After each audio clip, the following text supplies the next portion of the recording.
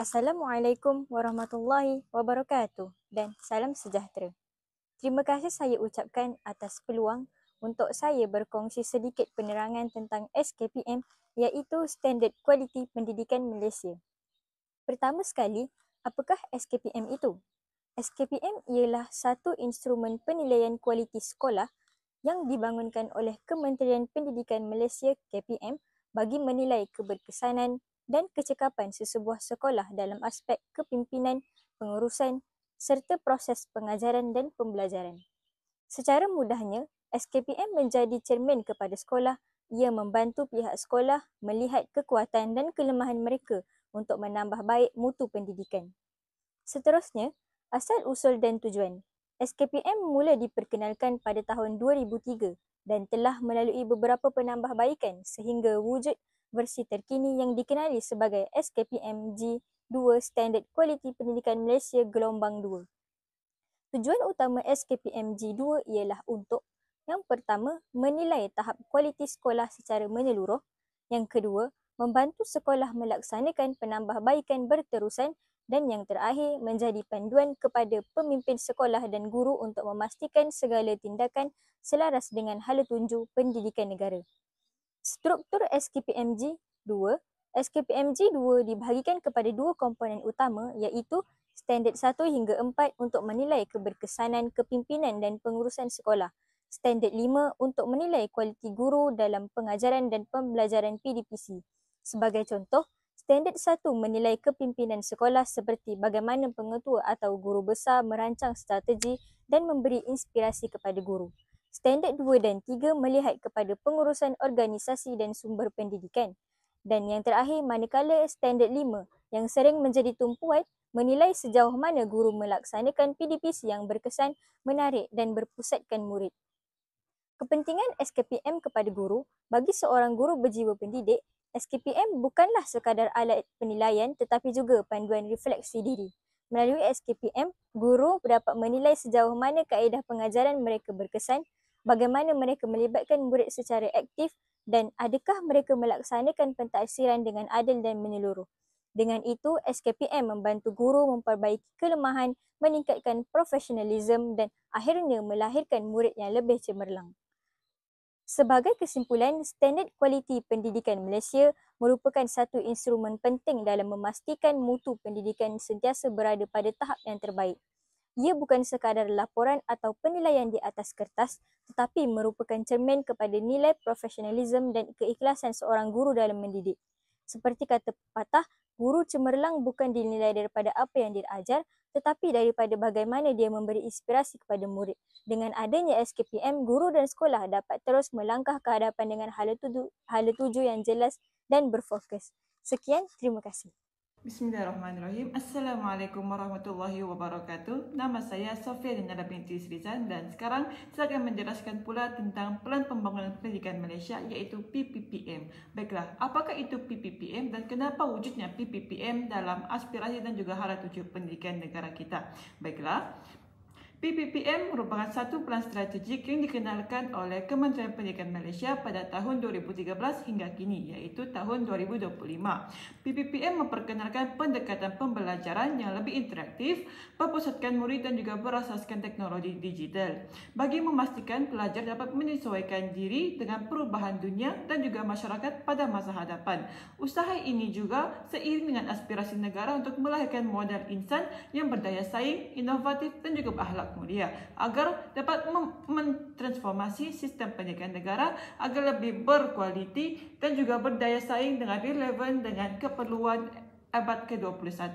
Baiklah, PPPM juga mempunyai 3 objektif, iaitu yang pertama adalah untuk memastikan akses yang sama rata kepada semua pendidikan berkualiti bertaraf antarabangsa, di mana semua murid berpeluang untuk mendapatkan pendidikan yang berkualiti tanpa mengira latar belakang. Yang kedua adalah untuk memastikan setiap murid mendapat pendidikan yang dapat mengoptimumkan lagi potensi mereka. Cara ini juga mampu membuatkan matlamat falsafah pendidikan negara kita tercapai, iaitu adalah untuk mampu melahirkan sebuah murid yang seimbang dari segi jeris, iaitu jasmani, etika, rohani, intelek dan juga sosial.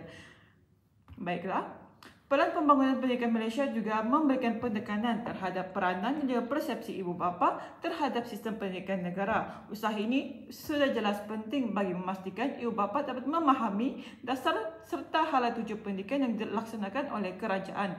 Perkara ini juga penting dalam memperkukuhkan lagi hubungan antara sekolah dan juga komuniti, terutamanya dalam golongan ibu bapa. Contohnya melalui program seperti Persatuan Ibu Bapa dan Guru iaitu PIBG, di mana ibu bapa, golongan guru dan juga golongan atasan sekolah dapat berbincang untuk membuat sebuah penambahbaikan yang boleh dilakukan kepada setiap murid. Baiklah, sekarang saya akan menjelaskan pula tentang 3 gelombang yang ada dalam Pelan Pembangunan Pendidikan Malaysia ini. Yang pertama adalah gelombang pertama adalah untuk mengubahkan lagi sistem dan juga memberi sokongan kepada guru dan memberi fokus kepada kemahiran utama dengan membimbing guru secara khusus untuk meningkatkan lagi standard guru mata pelajaran. Contohnya, guru mata pelajaran bahasa Melayu, bahasa Inggeris dan juga matematik dan juga sains. Dan yang gelombang kedua adalah pula pertujukan untuk pemacuan peningkatan sistem dengan memperluaskan lagi bimbingan kepada guru dengan menambah lagi pengetahuan etika dan juga kerohanian dan banyak cara lagi. Dan akhir sekali gelombang ketiga. Gelombang ketiga ini adalah untuk menganjakkan lagi ke arah kecemerlangan melalui peningkatan tadbir urus kendiri dengan membenarkan lagi pengurusan berasaskan sekolah dengan lebih meluas. Ketiga-tiga gelombang ini sudah jelas sangat penting dalam usaha untuk mencapai kejayaan dalam menjayakan lagi Pelan Pembangunan Pendidikan Malaysia ini. Baiklah, terdapat 11 anjakan transformasi sistem dalam Pelan Pembangunan Pendidikan Malaysia, tetapi saya akan ambil 2 sahaja daripada memaksimumkan keberhasilan setiap ringgit. Baiklah, seperti yang saya paparkan ada 11 anjakan transformasi. Yang saya pilih adalah pertama, memaksimumkan keberhasilan murid bagi setiap ringgit. Dan perkara ini bermaksud di mana setiap perbelanjaan yang dilaburkan oleh kerajaan mestilah dalam sektor pendidikan mestilah memberi pulangan yang sangat tinggi terhadap pencapaian juga perkembangan murid. Dan yang kedua saya pilih adalah transformasi profesion keguruan, di mana bidang supaya profesion guru ini dilihat sebagai satu bidang yang sangat berprestasi dan juga dihormati. Perkara ini dapat menarik perhatian murid dan juga individu-individu yang lebih berkualiti untuk menyertai lagi dunia pendidikan. Hal ini seterusnya dapat meningkatkan lagi mutu pengajaran dan juga pembelajaran sekaligus membantu melahirkan murid yang cemerlang dari segi akademik dan juga sosial. Baiklah, itu sahaja kupasan daripada saya tentang Pelan Pembangunan Pendidikan Malaysia, iaitu PPM. Sekian, terima kasih. Bismillahirrahmanirrahim. Assalamualaikum warahmatullahi wabarakatuh dan salam sejahtera saya ucapkan kepada penonton yang dihormati sekalian. Baiklah, hari ini saya akan menjelaskan tentang aspirasi pendidikan negara. Baiklah, maksud aspirasi pendidikan negara ialah hasrat dan cita-cita kerajaan untuk membangunkan sistem pendidikan yang menyeluruh, seimbang dan berteraskan nilai murni. Ia bertujuan melahirkan insan yang berilmu pengetahuan, berkemahiran tinggi dan berakhlak mulia demi kemajuan diri, masyarakat dan negara. Hasrat ini dijelaskan dalam Pelan Pembangunan Pendidikan Malaysia, iaitu PPPM 2013 hingga 2025. Nah, seterusnya kita masuk kepada 5 aspirasi sistem pendidikan negara. Kerajaan telah menetapkan 5 aspirasi sistem pendidikan yang menjadi asas kepada kejayaan pendidikan negara, yaitu yang pertama, akses kepada pendidikan. Semua rakyat Malaysia mesti mendapat peluang pendidikan yang berkualiti tanpa mengira latar belakang, bangsa atau tempat tinggal. 100% enrollment merentas semua peringkat pendidikan daripada prasekolah hingga menengah atas menjelang tahun 2020. Kementerian Pendidikan Malaysia juga menyediakan segala bentuk inisiatif dan bantuan kepada murid yang layak. Seterusnya, membangunkan murid secara menyeluruh merangkumi dimensi intelek, rohani, jasmani, dan emosi. Seterusnya, kualiti standar antarabangsa. Pendidikan yang diberikan perlulah melahirkan murid yang berilmu, berkemahiran, dan mampu bersaing di peringkat global. Malaysia perlu membuat penambahbaikan prestasi yang lebih hebat mengikuti standard antarabangsa. Negara dalam kelompok sepertiga teratas dalam pentaksiran antarabangsa seperti TIMSS dan PISA dalam tempoh 15 tahun. Murid juga perlu mempunyai keupayaan menakul, membuat unjuran, mempunyai ciri-ciri kepemimpinan untuk berupaya bersaing di peringkat global. Seterusnya, equity untuk semua murid. Semua pelajar diberikan peluang yang adil untuk berjaya. Pelajar luar bandar, miskin, atau berkeperluan khas tidak boleh dipinggirkan. 50% pengurangan dalam jurang pencapaian, yaitu bandar atau luar bandar, sosioekonomi ataupun jantina menjelang tahun 2020. Terdapat 3 aspek yang dikenal pasti sebagai penyebab kepada jurang equity. Yang pertama, pencapaian tertinggi ibu bapa. Kedua, purata pendapatan isi rumah bagi negeri. Dan yang ketiga, ratusan murid yang menerima bantuan asas keuangan, yaitu KWAPM. Seterusnya, memupuk perpaduan dalam kalangan murid. Sekolah menjadi tempat membina semangat kebersamaan dan keharmonian antara kaum supaya wujud perpaduan nasional yang kukuh. Melalui interaksi dengan individu daripada berbagai latar belakang sosioekonomi, agama, dan etnik, murid dapat belajar memahami, menerima, dan menghargai kepelbagaian.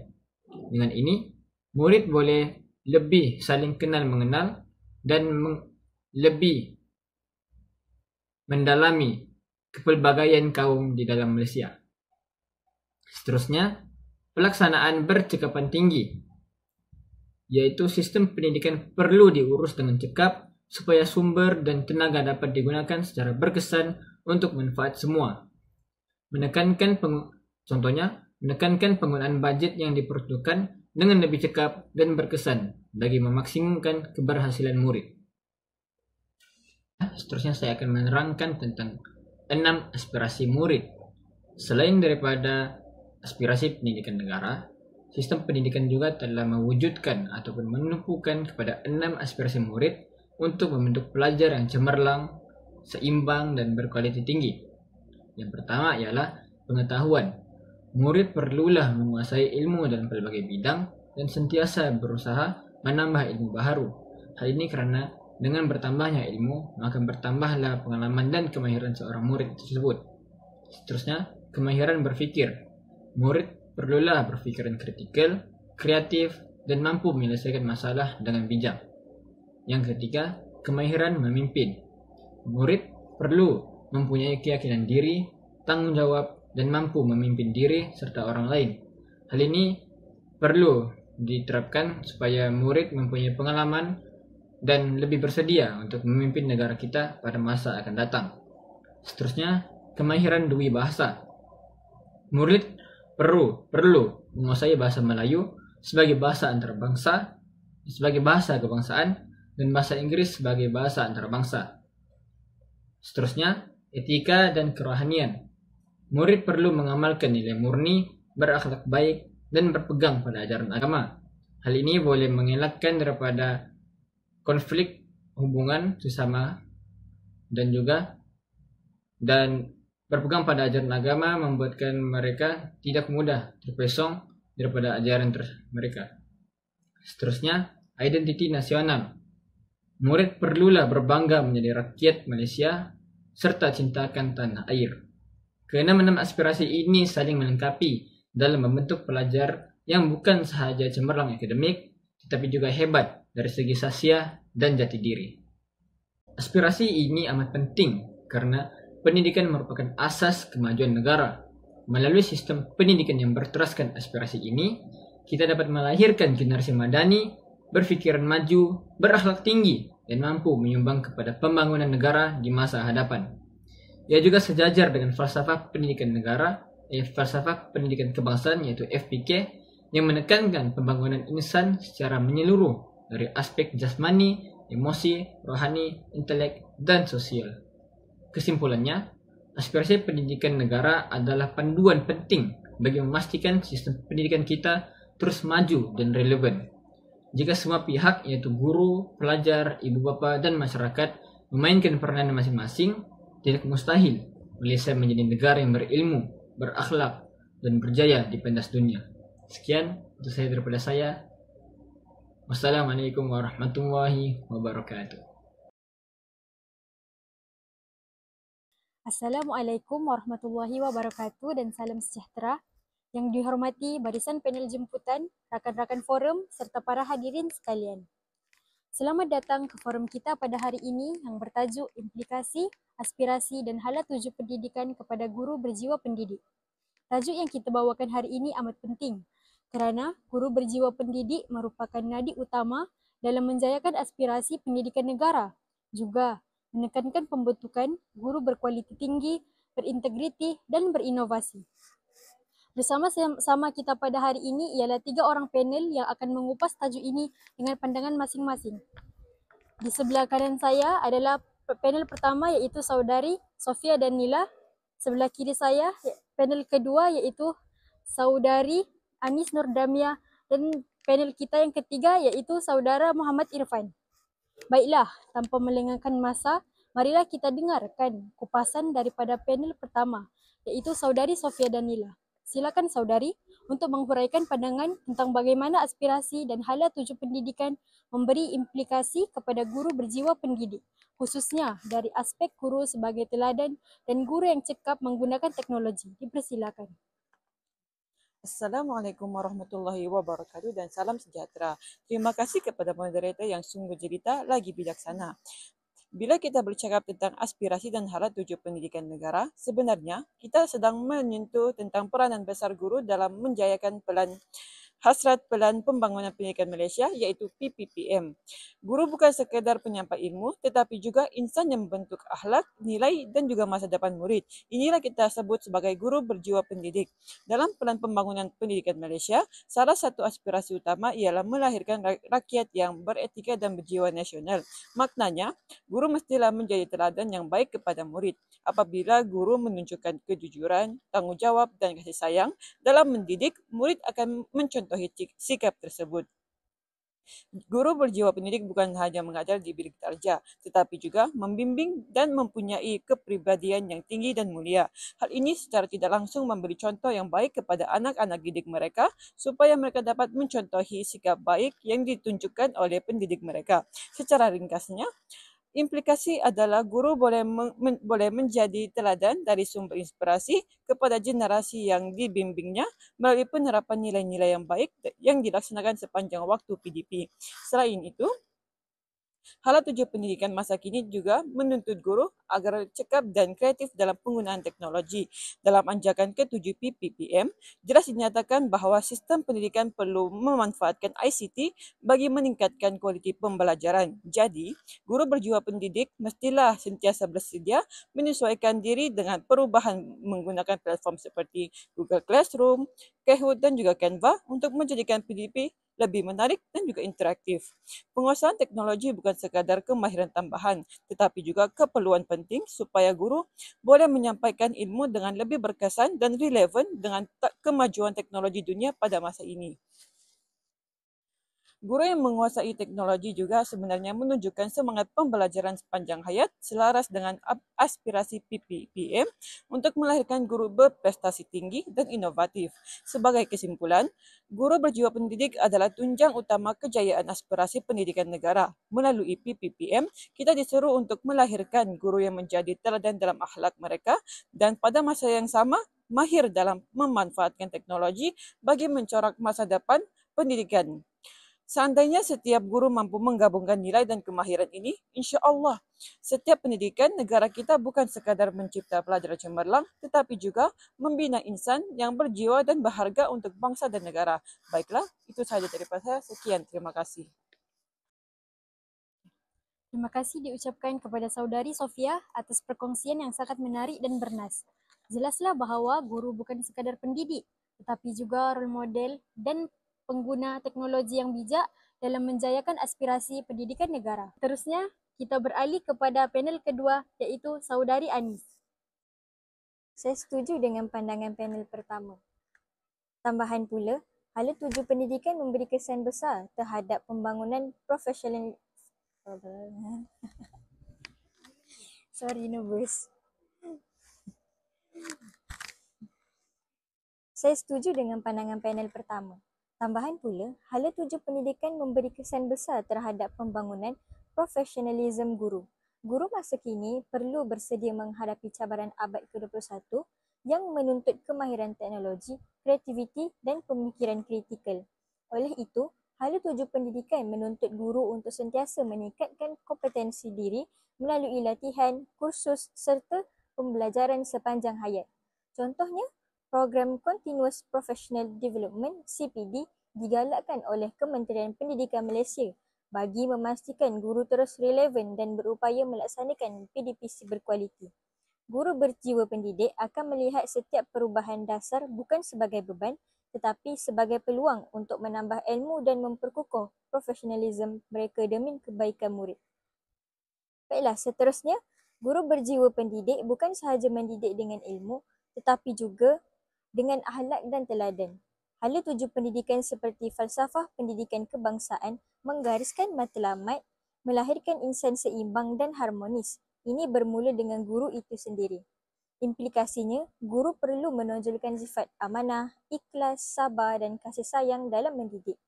Apabila guru menghayati nilai murni ini, mereka bukan sahaja membina murid yang cemerlang dalam akademik, tetapi juga insan yang berakhlak mulia.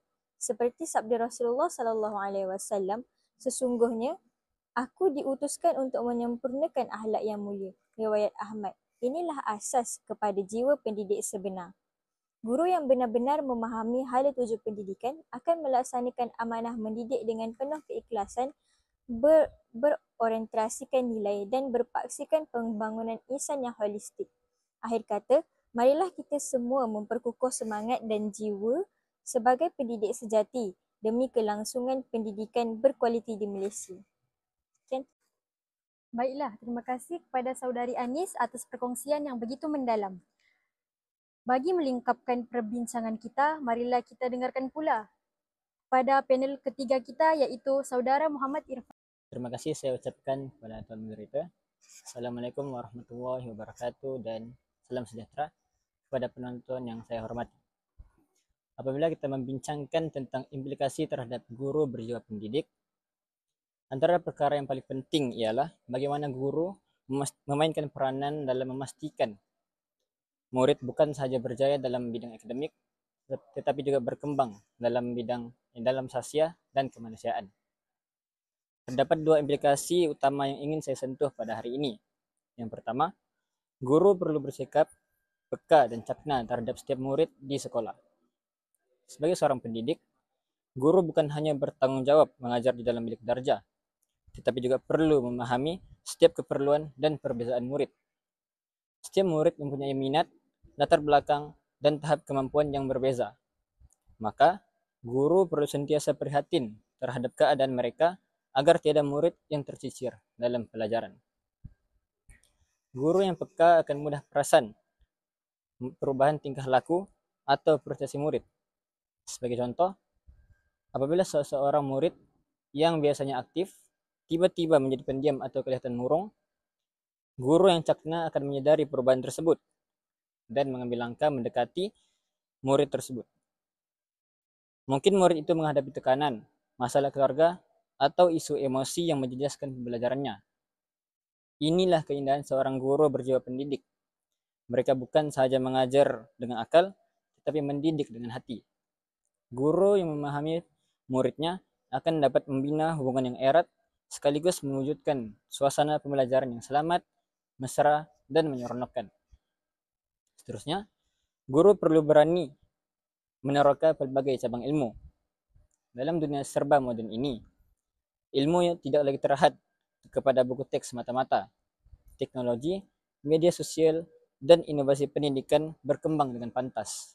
Maka, guru perlu keluar dari zona selesa dan berani mencoba sesuatu perkara yang baru. Sebagai contoh, guru boleh memanfaatkan aplikasi pembelajaran digital seperti Kahoot, Quizizz, atau Google Classroom untuk menjadikan proses PDPC lebih menarik dan interaktif. Guru juga boleh belajar daripada pelbagai sumber ilmu, seperti kursus dalam talian, bengkel profesional, atau perkongsian sesama rakan guru. Guru yang berani meneroka ilmu baharu bukan sahaja meningkatkan kemahiran diri, malah memberi inspirasi kepada murid untuk turut mencintai ilmu. Hal ini karena murid akan melihat bagaimana guru mereka sentiasa belajar dan tidak mudah berpuas hati dengan apa yang sudah ada. Sikap seperti ini secara tidak langsung melahirkan budaya pembelajaran sepanjang hayat, bukan hanya dalam kalangan guru, tetapi juga dalam kalangan murid. Kesimpulannya, kedua implikasi ini, yaitu peka dan cakna terhadap murid, serta berani menerapkan berbagai cabang ilmu, adalah asas kepada lahirnya seorang guru berjiwa pendidik yang sejati. Guru bukan hanya penyampai ilmu, tetapi juga pembentuk akhlak, pembimbing emosi, dan pencetus perubahan dalam diri anak bangsa. Seperti kata pepatah, guru ibarat pelita, membakar diri untuk menerangi orang lain. Oleh itu, marilah kita sama-sama menjiwai peranan ini dengan penuh tanggung jawab dan kasih sayang, agar generasi yang lahir daripada bimbingan kita menjadi generasi yang berilmu, berakhlak, dan berjati diri. Sekian, terima kasih. Terima kasih kepada ketiga-tiga panel atas kupasan yang sangat bermakna. Jelaslah bahawa aspirasi dan hala tuju pendidikan bukan sekadar garis panduan, tetapi satu tanggungjawab besar yang perlu diterjemah oleh setiap guru dalam amalan dan kepribadian mereka. Sebagai rumusan, dapat kita simpulkan bahawa guru berjiwa pendidik ialah guru yang mendidik dengan ilmu, membimbing dengan nilai, dan menyesuaikan diri dengan perubahan zaman. Semoga perbincangan kita pada hari ini memberi inspirasi kepada semua yang hadir untuk terus menjiwai semangat keguruan dalam menjayakan hasrat pendidikan negara. Sekian, saya akhiri dengan wassalamualaikum warahmatullahi taala wabarakatuh dan terima kasih.